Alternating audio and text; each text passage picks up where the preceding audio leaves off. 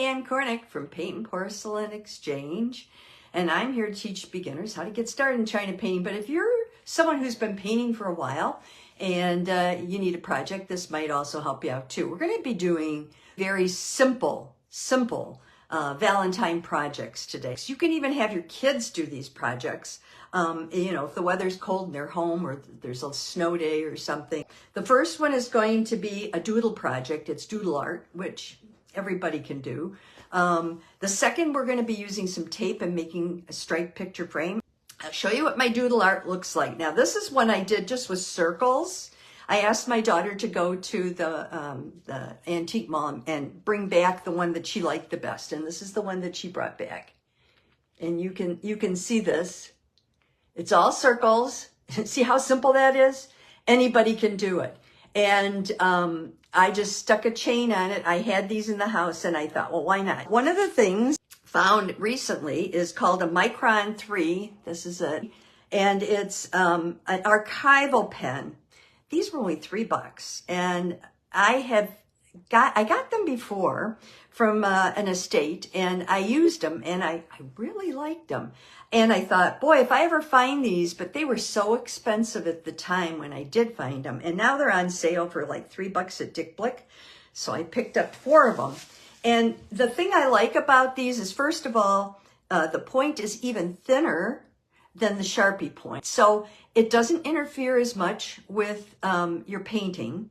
It also, as you paint, it kind of moves out of your way, a little bit like the pencil does.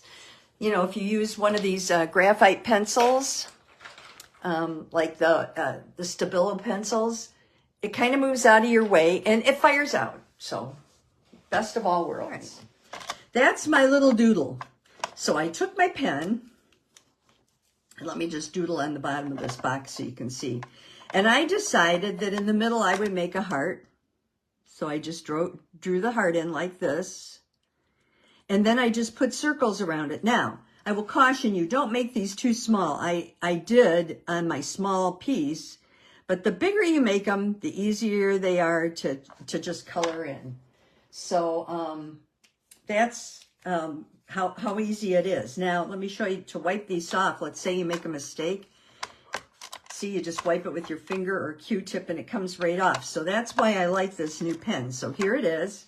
Then you're just going to take a brush, a small brush, of course, and use your regular medium, use your regular paints. If you want, I mean, you could use metallic paints, but you should probably put a regular color on first. So using your normal paints, the normal China paints, paint in your first color, and then if you have, and then fire it. And then if you have a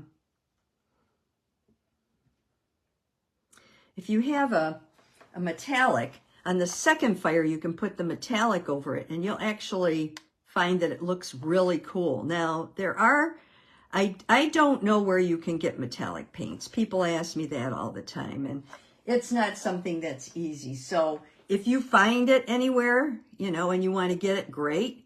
And then you just go through and use the same brush, same color. Try to repeat your color several times so that it shows up. Look how quick this is going. I want to keep them away from the red heart so that I have a little, okay, maybe one more. I know it should be 3 because that's what the perfect thing is, but maybe one more. Let's do 5, okay. And I'll do one over on this side. And then you just change. And now, you see how easy this is? If you are afraid and you have your kids working on it and you want to make sure that they don't lose their line, you could use the Sharpie. But this holds up pretty well. And now let's see, the next color I'm going to do is, I try to do it with vibrant colors. I think it's more fun with the vibrant colors. And I'm just going to whip this off, you can see. And now I'll take a bright green. And you can use up some of your brighter colors this way. See? And as you work your way through it, try to put them on nice and even and smooth. That's the key. Because they do look a little chunky and kind of like you blobbed them on. And then if you do that, you're going to have a problem because that's not what you want. If you blob these on, it's going to just ruin the effect and make them look, when you fire them, you'll get parts that are dark and parts that are light and parts you don't like and parts you do like. Let's do a black grape. Maybe that'll be bright. I don't know. Here we are. Black grape. Not really, but it'll do for this purpose. Before you fire it, if you have these Q-tips, you really should have some white space around them. So if you do want to go and kind of clean them up, you can. And then after you clean it up, you're going to take and fire it. So this is Easy Flow. These two, I have a Easy Flow, which is the liquidy one. And then this is the drying pen oil. See the difference? One's a little darker in color.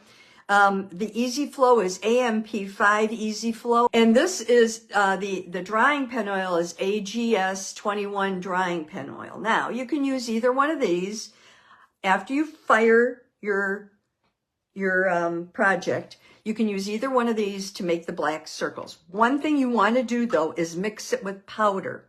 You could also use Coke syrup, as we've done in the past, where you take your powder and you put a couple of drops. This is Coca-Cola in here. It's the sugary kind that I let stand so that there's no fizz in it.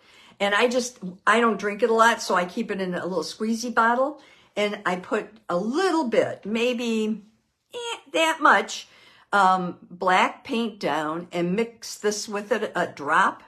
And the key with mixing your oils is that you get it so that it drips. So let me show you here. I'm just going to take some powder. And I'm going to put you down because we'll go into our next project. Okay. So I've got my black, and this is my black. See how little I have there? I mean, it's really itty bitty, teeny tiny.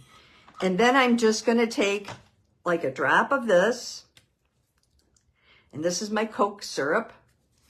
Put it on there. One drop should do it. And I'm going to mix it with my palette knife. So I'll mix it just like I always do, like this. Get all the powder out of it, okay? And you want it to be able to drip. Come on, baby, drip. It's right there on the end. It wants to. Here, let me do this way. There we go. Okay, so you saw it drip. This is what you then use with your pen. And you just scoop it up on the side like this, okay? Scoop it onto your pen, and then you outline it. Okay, so that's the doodle art. And again, let me show you my doodle art finished. So we did the painting a minute ago, and this is the final project. So paint it once, fire it. If it's not dark enough, paint it again, fire. Do the outlining last. And there I used black. So, okay, that's our first project. Alrighty, second project that you can do. You have a picture frame at home? I have a million of them. And I never know what to do with them. This one I decided I was just going to stripe. It's very simple to stripe. And I striped it in pink and white. If you didn't, red and white, you could even use it at Christmas time. That way you'd have 2 seasons you could use a gift for. So this is my little frame. Now, I have found this tape. I keep my tape in a plastic bag. And the reason I do that is because it dries out. And it's detail tape. I get this at the local auto shop supply place. And I think you probably could get tapes like this also at a craft store because I'm sure they use them for other things. But this one is maybe, let me see how big this is. I think maybe 1/4 inch. Yeah, 1/4 inch. This is 1/4 inch. It comes like this. I imagine you could order it through Amazon too. This is 3M auto tape. And that's how it comes, okay? So you can, I take it out of that and I put it in a plastic bag. I don't just leave it sitting around because it will just get yucky. Okay, now I'm going to put you down and show you how to do this. This is my current frame, and I've already started it. Now this one, put them both here. This one had much smaller lines on it. I found that the paint built up against them and it didn't really look the way I wanted it to. So I'm trying the fatter lines this time to see. So you just take off what you need. And I find a place, because this has hearts on it, I'm going down the middle of the heart and over the edges. And then I'm going to do the same thing on the end. Now, I want to be able to pick this up, so I left these two ends is where I'm putting the last piece of tape so that I can easily pick it up. Another way you can pick it up if you're working on a picture frame is you can just slide something inside here. Where is it? Here, at that part, the top part, and you know, pick it up that way. Okay, so I have it this way. Now you're just going to use regular paint. And again, if you want to use a metallic paint, then put regular paint on for the first fire, and then a metallic paint on for the second fire. Now, for this, I'm going to use a fairly large brush. This is a 3/4 inch brush. I always use a brush that's a little bit larger than I think I need, because you get smoother, much smoother paint strokes with it. And I'm going to use a color that you'll be able to see. I'm almost here. Let's use Pompadour. I'm almost out of my Carnation, which is my favorite, but Pompadour will work just fine. And you're just going to paint it over. Now, try to take nice long strokes. Try to keep a consistent color. This is a little thick on this side, so I'm going to kind of tone it down. And just go over the tape. Make sure that you get nice, even strokes. Then you're going to have to do the edges and this edge. Okay, and just do that all the way across. You're going to have to keep oil on your brush because you want it to move fairly smoothly across the piece. You don't want it to clump up too much. So try to use a nice, even, try to use oil on your brush. Make sure you get the ends there. Now this is the first coat.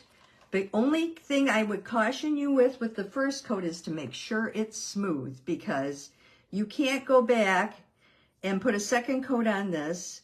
If it's not smooth, it's not going to look right. It's going to have lumps and bumps underneath, and you're not going to be happy with it. And then come back up this side. Okay. If you're into crafting, even if it's a different type of crafting, you should always be thinking of how you can adapt it to China painting, because we don't have a lot of people who carry supplies for us anymore. And so it's really important that if you've found a place or found something that works for you, that you, share it with people and try a little of everything. I always like the pen that I found today. Now that's an archival pen that's used for photos and things, but I like it. I'll move this up a little. I like it because it also works for China painting, and I'm always looking for something for China painting, and it's cheaper here, at least, than the Sharpies. Okay, come down on that side. Make sure you go all the way down. Paint over the tape. It doesn't matter, okay? You can always line the tape up again. Then, once you get it all done, and I didn't do the sides intentionally, although I would if I were painting this, then I would go and I would turn it up like this, and I would go down and really get those sides well, okay? I'll flip it back. So, go over it. Make sure it's all the same. And then remove the tape and fire it.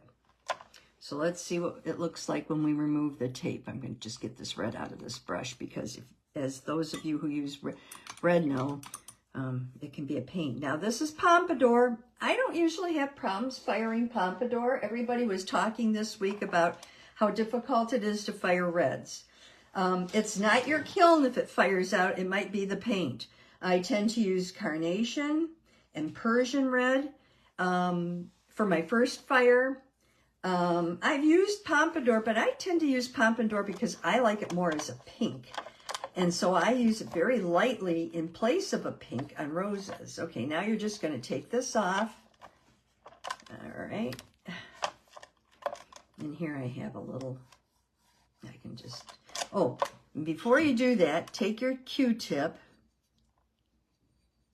and go around inside and make sure that you've gotten the excess paint off. You can also do this after you take these off, but sometimes it's nice to do it while they're on there. Okay. All right, and now I'm going to tilt this up. I'm going to get another piece of tape here. Ooh. We'll see what this looks like. I have no idea. There's another one. Tilt it up. Take this. There we go.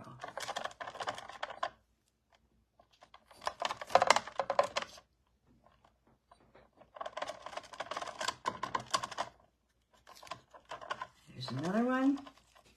And we've got two more to do here. This one should be pretty simple because I made it nice and long. The longer you make these, the easier they are to get off because the tags are easier to grab.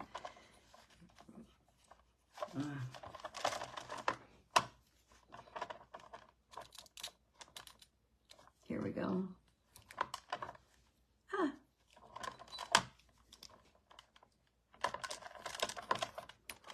Okay, and then you're going to take your Q-tip and you're just going to start cleaning up. Clean up inside, clean up around the outside. You might have to turn it frequently, especially if you used red.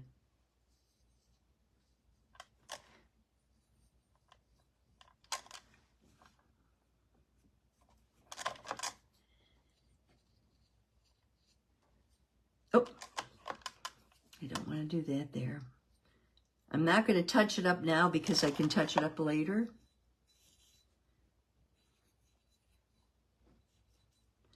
But you do need to get the red off there. And then, if you have a pointed Q-tip, that was not a pointed Q-tip. If you have a pointed Q-tip, you can look at your lines and sort of, there might be spots where you've got a little over, and you might just want to touch those up a little. And that's what we have. So you've got a couple of different techniques you can use here. I'll put that one there and put this one here. And you can see these are two different ways that you could do the little stripes. Really easy, really quick. Now I use, for the picture frame here, I don't have picture frames, but I do have overheads, you know, or page protectors.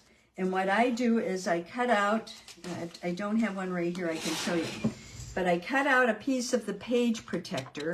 You can see it right there, you can see. And I size it and then I put it in. And it works really well for me. Here, oh, that one I think fell out. So here, there, see? It's just a little square, and then I just put it right in here, and it's plastic, and it acts like a frame. We did our doodle jewelry. There. Okay. And we also did our, let me hold it the right way, our stripe. That turned out very well. And pick up those brushes, keep painting. See you next week.